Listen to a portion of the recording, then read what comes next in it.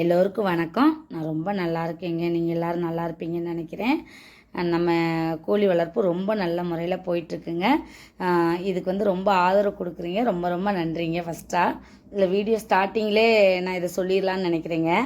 ஏன்னா இந்த வீடியோஸ் போடுறதுக்கு முன்னாடி என்னோட இருந்த நிலமை என்ன, இன்றைக்கி என்னோடய நிலமை என்ன அப்படிங்கிறத சொல்கிறேன். கோழி வளர்ப்பை சொல்லுங்க. கோழி வளர்ப்பு வந்து எந்த விதத்துலேயும் வந்து நம்மளை வந்து கீழே கொண்டு போகாது. அதை சொல்லலைங்க. நம்மளோட மனநிலைன்னு சொல்லுவாங்கள்ல, அது சரிங்களா. ஒரு நினைவாக இருக்குன்னு சொல்லி தான் அந்த வீடியோஸ்க்கு போட ஆரம்பித்தேன். அதாவது நம்ம ஒரு கோழி வாங்குகிறோம், வளர்க்குறோம், நம்ம எப்படி பண்ணிகிட்ருக்கோங்கிறத நம்ம அழிச்சழிச்சு அழிச்சழிச்சு வச்சுக்கிறோம் இல்லையா. அதை ஒரு ஸ்டோரேஜாக ஏற்றி வைக்கிறதுக்கு உள்ள இதாகத்தான் நான் யூடியூப்பை யூஸ் பண்ணி தான் உள்ளே வந்தேன். அடுத்த கட்டம் சொல்லும்போது அந்த 100 பேர் சப்ஸ்கிரைப் பண்ணும்போது, 1000 பேர் சப்ஸ்கிரைப் பண்ணுறபோது, நம்ம இத்தனை பேர் விரும்பி கேட்குறாங்க, இத்தனை பேர் விரும்பி ஃபோன் பண்ணுறாங்க, இத்தனை பேர் நம்ம வீடியோவுக்கு இவ்வளோ ரீச்சபிள் கொடுக்குறாங்கங்கிறத நினைக்கும் போது ரொம்ப சந்தோஷமாக இருக்குங்க.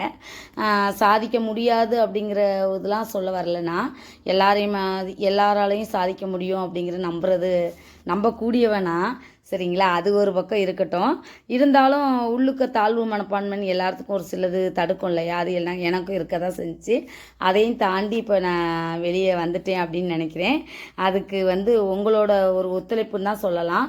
யாருமே நெகட்டிவ் வைப்ரேஷன் சொல்லி இல்லாமல் எல்லாமே பாசிட்டிவாக கொடுக்குறீங்க. அதுவே எனக்கு பெரிய ஊக்குவிப்பாக இருக்குது. வாங்க வீடியோக்குள்ளே போகலாம்.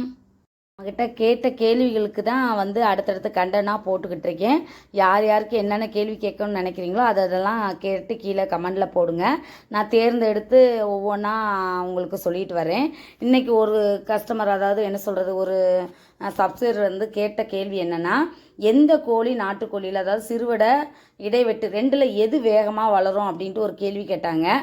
அது நாட்டுக்கோழினா இடைவெட்டு, சிறுவடை, பெருவடை 3 சேருங்க. இதில் அவங்க வந்து 2 தான் கேட்டாங்க. நான் 3ஐயுமே சொல்லிடுறேன். அதனால தான் வந்து நாட்டுக்கோழியில் எது சீக்கிரம் வளரும் அப்படிங்கிற ஒரு டாப்பிக்கை கொண்டு வந்திருக்கேன். இதில் விவரமாக சொல்லணுன்னா ஒவ்வொன்றா சொல்கிறேங்க. சிறுவடை பற்றி ஃபஸ்ட்டு பெருவிடையை சொல்லி நகட்டி விட்டலாம். ஏன்னா நம்ம சிறுவிடை இடைவெட்டு 2ம் தான் கலந்து தான் நம்ம வளர்க்குறோம். அதனால் பெருவிடையை முதல்ல நகட்டி விடுற காரணம் உள்ள வேலையை நான் சொல்லிடுறேன். பெருவிடையை பற்றி சொல்கிறேன். பெருவிடை வந்து 2.25 பொட்டைக்கோழி 2.25 சேவல் 4 கிலோ வரைக்கும் வருங்க. இதுதான் ஒரிஜினல் பெருவிடை.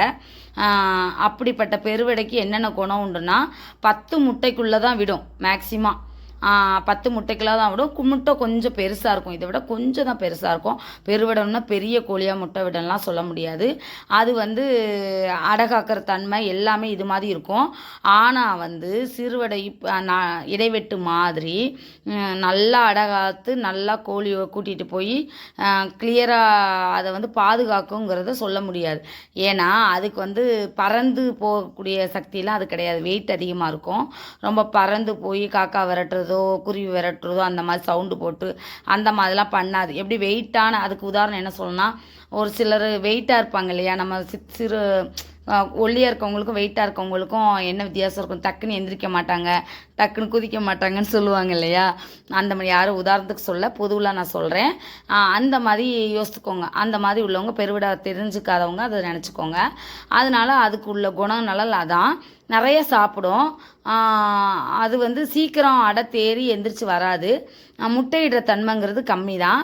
ஆனால் வெயிட் ஹேன், அதாவது எப்படின்னா யாருக்கு அது யூஸ் ஆகும்னா, சண்டை கோழி வளர்த்து விற்று நல்லா லாபம் சம்பாதிக்கிறவங்களுக்கு அது யூஸுங்க.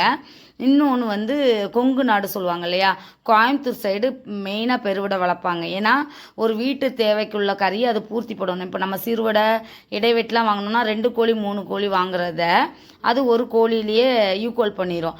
ஆனால் சுவைன்னு சொன்னால் சிறுவடைக்கு உள்ளதும் இடைவெட்டுக்குள்ள சுவையும் இதில் வராது. இதுதான் உண்மை. இது 100க்கு 100 உண்மை. அதில் அது அடுத்த கட்டம் வந்து சிறுவிடை பெருவிடை, அதுலேயுமே வித்தியாசம் சொல்கிறேன். எது டேஸ்ட் அதிகமாக இருக்குங்கிறத கிளியராக சொல்லிடுறேங்க. இது வந்து அந்த அளவுக்கு டேஸ்ட் இருக்காது. சாறு வச்சு குடிப்பாங்கன்னு சொல்லுவாங்களா, அதுக்கெல்லாம் அது யூஸ் பண்ண முடியாது. நல்லா இருக்காது. அதாவது நான் பிராய்லரை விட டேஸ்ட்டாக தான் இருக்கும். ஆனால் வந்து இந்த சிறுவிடைக்குள்ள டேஸ்ட் அதில் வராது. அவ்வளோதாங்க. அடுத்து சிறுவிடைக்கு போகலாங்க. முட்டையிடுற தன்மை அதிகமாகவே இருக்கும்.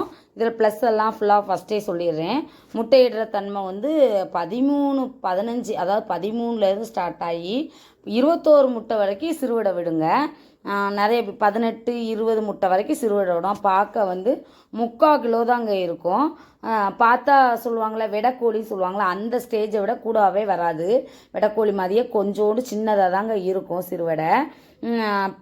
அந்த கோழிக்கு வந்து தன்மை அதிகம். என்ன சொல்லுவாங்க, அந்த கோழி குஞ்சுகள்லாம் வந்து ஏதாவது கருகு பருந்து இந்த மாதிரி தூக்கம் வந்துச்சுன்னா வேகமாக போய் கொத்தி வரட்டும், சவுண்டு வேகமாக கொடுக்கும். மரங்களில் விரும்பி ஏறி உட்காந்துருக்கும். யாராலையுமே பிடிக்க முடியாத ஒரு தன்மை அதுக்கு உண்டுங்க. டேஸ்ட்டுன்னா அதை அடிச்சுக்கவே முடியாதுங்க. இடைவெட்டு கோழியோட பெருவடை கோழியோட கம்பேர் பண்ணும்போது வந்து சிறுவிடைக்குள்ள டேஸ்ட்டு தாங்க. ஆனால் இதில் வந்து நம்ம கறியை வந்து எதிர்பார்க்க முடியாது. அதாவது டேஸ்ட்டு ப்ளஸ் சாருக்கு இந்த கோழியை யூஸ் பண்ணிக்கலாம். கறி ஓரளவுக்கு ஒரு 1/2 கிலோ 3/4 கிலோ இருக்க கோழியை சுத்தமான எவ்வளோங்க இருக்கும், 1/2 கிலோ தாங்க இருக்கும். ஒரு சின்ன குடும்பத்துக்கு யூஸ் ஆகும். அப்படி நிறையா பேர் சாப்பிட்டோன்னா 2 கோழி 3 கோழி அடிக்கிறாப்புல இருக்கும். இதில் வந்து சேவல் வந்து 1.25 கிலோ வரைக்கும் வரும். 1 கிலோவிலேருந்து ஸ்டார்ட் பண்ணி 1.25 1.5 கிலோ வரைக்கும் வரும். நிறைய சேவல் வந்து 1 கிலோவிலே இருக்கும். அந்த மாதிரிலாம் சிறுவிடை தன்மைங்க. சிறுவிடை கோழியில் மைனஸ்ன்னு பார்த்தா எடை ஒன்று தாங்க, வேறு எதுவுமே இல்லை. இது என்ன காரணம்னா, வீட்டு தேவைகளுக்கு வளர்க்குறவங்க வந்து சுத்த சிறுவிடையை தேர்ந்தெடுக்க வளர்க்கலாம். இது அதாவது என்ன சொல்கிறது, நம்மளை மாதிரி கோழி பண்ணை வச்சு ஒரு இது வந்து அந்த மாதிரி, அதாவது என்ன சொல்கிறது, நம்மளை மாதிரி கோழி பண்ணை வச்சு ஒரு அமௌண்ட்டு கெயின் பண்ணணும், நல்லா ஒரு வருமானம் வரணும்னு எதிர்பார்க்குறவங்களுக்கு இந்த சிறுவிடை செட் ஆகாது. அதுக்கு காரணம் வந்து அப்படி விளக்கமாக நான் சொல்லிடுறேன். நிறையா வீடியோஸ்க்கு நான் சொன்ன ஒரே ஒரு விஷயம், நான் தேர்ந்தெடுக்கிறதுக்கு காரணம் என்னென்னா பெருவடைக்கு அதாவது இடைவெட்டு காரணம் என்னங்கிறத நான் இப்போ சொல்லிடுறேன். இடைவெட்டு கோழியை தேர்ந்தெடுத்ததுக்கு காரணம் எடை கெயின் தாங்க மெயினாக. மற்றபடி சிறுவிடைக்குள்ள தன்மை எல்லாமே இருக்கும். இதுவுமே என்னோடது எப்படின்னா சிறுவிடை இடைவெட்டு ரெண்டுமே மிக்சிங்கில் இருக்குது.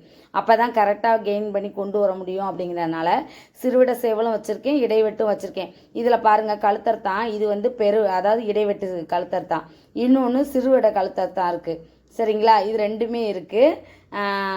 இது வந்து இடைவெட்டு சேவல், அடுத்து வந்து சிறுவிடை சேவலும் இருக்குது.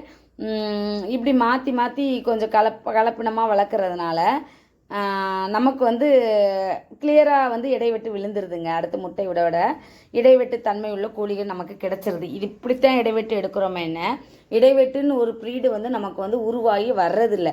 சரிங்களா, பெருவிடை சிறுவிடை எல்லாம் மிக்சிங்கில் ஒரு நமக்கு தேவையான ப்ரீடை நிப்பாட்டினது தான் இடைவெட்டு. சரியா, சுத்த சிறுவிடைன்னு சொல்லி விற்கிறதெல்லாம் சுத்த சிறுவிடை கிடையாதுங்க.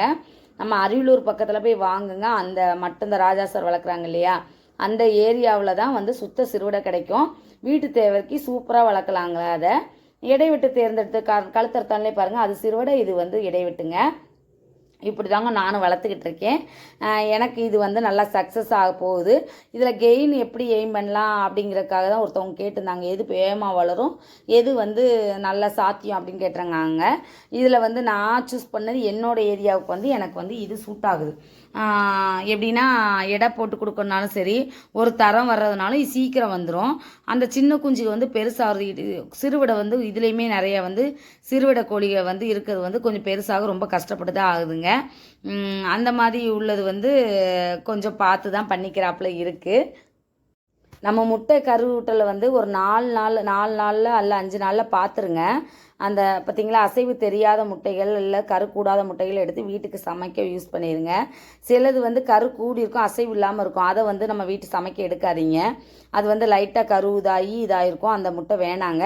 தயவுசெய்து ஒரு சிலர் வந்து பண்ணுறாங்கன்னு கேள்விப்பட்டேன். எப்படின்னா இப்படி வச்சுட்டு வந்து கரு கூடாத முட்டையை வெளியே சேல்ஸ் பண்ணுறாங்க. இந்த தப்பை தயவுசெய்து பண்ணாதீங்க. ஏன்னா நம்மளை நம்பி வந்து கோழி முட்டை வாங்க வர்றாங்க. சரிங்களா, அவங்க கோழி அடை வைக்கிறக்கா இருக்கலாம், நம்மகிட்ட வந்து சாப்பிட்றதுக்குன்னு சொல்லிட்டு போய் வாங்கிட்டு போய் அவங்க அடை வைப்பாங்க. இல்லை ஏதோ வயசுக்கு வந்தது, ஏதோ ஒரு மருந்து தேவைக்கு தான் நாட்டுக்கோழி முட்டையை நம்மளை தேடி வர்றாங்க. இப்படி வந்து சிலர் வந்து இங்குபேட்டர்லையோ இல்லை கோழியில் வச்சுட்டு ஒரு 4 நாள் 5 நாள் கழித்து பார்த்து கரு விடாத முட்டையை விற்கிறதா சொல்லி கேள்விப்பட்டேங்க. அந்த மாதிரி பண்ணாதீங்க. நம்ம வீட்டு தேவைக்கு இப்போ ஒரு 70 முட்டை வைக்கிறேன்னா ஒரு 6-7 முட்டை இல்லை 10 முட்டை வரைக்குமே கரு கூடாத முட்டை வந்துடுதுங்க. எடுத்து நான் ஃப்ரிட்ஜில் வச்சு ஒரு 2 நாள்லேயே அதை காலி பண்ணி விட்டுறேன். ஏன்னா நம்ம வந்து அதுக்கு மேலே வச்சுருந்தோன்னா ஏற்கனவே அடை வைக்கிறக்காக 10 நாள் ஃப்ரிட்ஜில் வச்சிடுறோம். அப்புறம் அடை அந்த இன்குபேட்டரில் ஒரு 4-5 நாள் வச்சிடுறோம். அந்த கோழி முட்டையிட்டு எப்படியும் ஒரு 15-20 நாள் ஆயிடுதுங்க. அதை காலகாலத்தில் அதாவது என்ன சொல்கிறதுக்கு, அதை வந்து சீக்கிரம் நம்ம வந்து முடிச்சிடுறது நல்லது அப்படிங்கிறது தான் என்னோட இது. யாருமே தவறாக நினைக்காதீங்க, இதை நான் சொன்னேன்னு. எல்லாரோட நன்மைக்காகவும் தான் இதை தெளிவுபடுத்துகிறேன். யாராவது கோழி முட்டை கேட்டு வாங்குறவங்களும் கொஞ்சம் கவனமாக வாங்க. உங்களெல்லாம் பார்த்துலாம் எங்களெல்லாம் செக் பண்ணிலாம் வாங்க முடியாது. இருந்தாலும் கவனம் தேவைங்கிறத நான் அதில் குறிப்பிட்டு சொல்லிக்கிறேன். என்கிட்ட ஃபோன் பண்ணி பேசுகிறவங்களும் சரி, வாட்ஸ்அப்பில் இது பண்ணுறவங்களும் சரி, முடிஞ்ச அளவுக்கு ரெஸ்பான்ஸ் பண்ணிட்டு தாங்க இருக்கேன். யாருக்கும் ரெஸ்பான்ஸ் பண்ணலைன்னா மன்னிச்சுக்கோங்க. எனக்கு தெரிஞ்ச விவரங்களை நான் உங்களுக்கு சொல்லிக்கிட்டு இருக்கேன். என்னோட பண்ணை வந்து பெரிய லெவல் கிடையாது, பெரிய லெவலுக்கு ட்ரை பண்ணிக்கிட்டு இருக்கேன். லெவல் கண்டிப்பாக வந்துடுவேங்க. அதை டார்கெட் பண்ணி போகும்போது கண்டிப்பாக நான் சேல்ஸுக்கு தாங்க வச்சுருக்கேன். எனக்கு வந்து 40 சென்ட்லேருந்து 50 சென்ட்டுக்குள்ளே தான் இடம் இருக்குது. அதுக்குள்ளே வந்து ஒரு கட்டம் தான் வளர்க்க முடியும், அதுக்கு மேலே என்னால் வளர்க்க முடியாது. யூடியூப் வழியே எனக்கு நல்லா சேல்ஸ் வந்து நல்லாவே போயிட்டுருக்குங்க. கொடுக்க முடியாத ஸ்டேஜில் போயிட்டுருக்குங்க. நிறைய பேர் வீடியோஸ்கள் எடுக்கிறதுக்கு என்கிட்ட ஹெல்ப் கேட்டிருக்கீங்க. அவங்களுக்கும் இடையில வந்து நான் வீடியோஸ்கள் எடுத்து உங்கள் இதை அப்டேட் பண்ணுறேன். நானுமே ஒரு நாள் வந்து டைரெக்டாக பேட்டி கொடுக்கலான்னு இருக்கேங்க. எப்படின்னா, நான் எப்படி, நான் யார் என்ன அப்படிங்கிறதெல்லாம் தெரியாமல் நிறைய பேர் எங்கள் மானாமதுரைன்னு போடுறேன் சரிங்களா. இது வந்து சங்கமங்கலம் ஊர் பேருங்க. லாஸ்ட்டு முடிகிற வரைக்கும் பார்க்குறவங்களுக்கு தெரியட்டுங்கிறதுக்காக சொல்கிறேன். நீ அடுத்த வீடியோஸில் ஃபஸ்ட்டே போட்டுடுறேங்க. அதாவது சங்கமங்கலங்கிற கிராமத்தில் அதாவது பைபாஸ் மேலேயே நாங்கள் கடை வச்சுருக்கோம். அந்த இடத்துல தாங்க வளர்த்துக்கிட்டு இருக்கோம். நம்ம வந்து இடம் வந்து எங்கேயும் போய் தேட வேண்டிய அவசியம்லாம் இல்லைங்க. பைபாஸ்லேயே தாங்க இருக்கோம். மாசாணி கோயில்னு ஒரு கோயில் இருக்குங்க, அதுக்கு முன்னாடியே வந்துடும் நம்மளோட இது. யார் ஃபோன் பண்ணாலும் கேட்குறோம். நிறைய வீடியோஸ்கள் எடுக்கிற கூப்பிட்றீங்க. அடுத்து யூடியூப்பில் எப்படி வீடியோ போடுறது, அதுக்கு ஏதாவது வழி தெரியுமா அப்படிங்கிற மாதிரி கேட்குறீங்க. எனக்குமே எப்படிங்கிறதுலாம் எனக்கு தெரியாது. எல்லாம் ஆரம்பித்து கொடுத்தாங்க, நான் போட்டு வழிமுறைப்படி போட்டுக்கிட்டு இருக்கேங்க. அதுக்குன்னு சேனல்ஸ் இருக்காங்க, அவங்ககிட்ட நீங்கள் கிளியர் பண்ணிக்கங்க. அதுலேயுமே என்னால் முடிஞ்ச உங்களுக்கு ஹெல்ப் பண்ண முடியும். இதுவுமே நான் ரொம்ப சிரமப்பட்டு கண்டிப்பாக வீடியோ போட்டு ஆகணும். அடுத்தடுத்து கேள்விக்கு பதில் சொல்லணும்னு சொல்லி 2 நாள் வீடியோ எடுத்து 3ஆவது நாள் தாங்க அப்டேட் பண்ணுறேன். ஆனால் நாளே நான் வீடியோ எடுத்து நான் சொல்ல வேண்டிய விஷயத்த கரெக்டாக சொன்னேன்னா இன்னுமே உங்களுக்கு நிறைய யூஸ் ஆகும். முடிஞ்ச அளவுக்கு சீக்கிரம் ட்ரை பண்ணுறேங்க. இதில் சொல்லாத விஷயங்கள் நிறைய இருக்கலாம். சொன்ன விஷயத்தில் ஏதாவது தப்பு இருந்தாலும் மன்னிச்சுக்கோங்க. இப்போதைக்கு சேல்ஸ் இல்லைங்க. நான் வந்து படிப்படியாக முன்னேறிக்கிட்டு இருக்கேன்னு சொல்லலாம். முன்னேற ஸ்டேஜில் இருக்கேன். அதாவது 3 ஸ்டெப்பு 4 ஸ்டெப்பு வந்துருச்சு இந்த குஞ்சியோட இது. அதாவது கோழி குஞ்சு மேலே இருக்குது பார்த்தீங்களா, இது 2 மாதம் 2.5 மாதம் ஆயிடுச்சு. அடுத்து 1.5 மாதம் 1 மாதம் 10 நாளுங்கிற மாதிரி ஒவ்வொரு ரகமாக பிரித்து வளர்க்குற அளவுக்கு வந்துட்டேங்க. அடுத்த ஸ்டெப்பு என்னங்க, விற்பனை தானே. விற்பனை வாய்ப்பு கண்டிப்பாக, அதாவது விற்பனைக்கு கண்டிப்பாக நான் வீடியோ போடுறேன். அதுக்கப்புறம் வந்து வாங்கிக்கோங்க. தயவுசெய்து என் பண்ணையை நேரில் வந்து பார்க்கணும், என்னை விசிட் பண்ணணும்னு எதிர்பார்க்காதீங்க. நான் ஃபோனுக்கே ரொம்ப ரெஸ்பான்ஸ் பண்ணி கொஞ்சம் நிறையா வேலைகளை தள்ளி வச்சுட்டு கண்டிப்பாக ரெஸ்பான்ஸ் பண்ணணுமே தான் பண்ணிகிட்டு இருக்கேன். முடிஞ்ச அளவில் வாட்ஸ்அப்பில் எனக்கு வாய்ஸ் மெசேஜ் போடுங்க. டைம் இதுலேயே நான் கொண்டு போயிட்டு இருந்தேன்னா என்னால் மற்ற இதில் கவனம் செலுத்த முடியல, மன்னிச்சுக்கோங்க.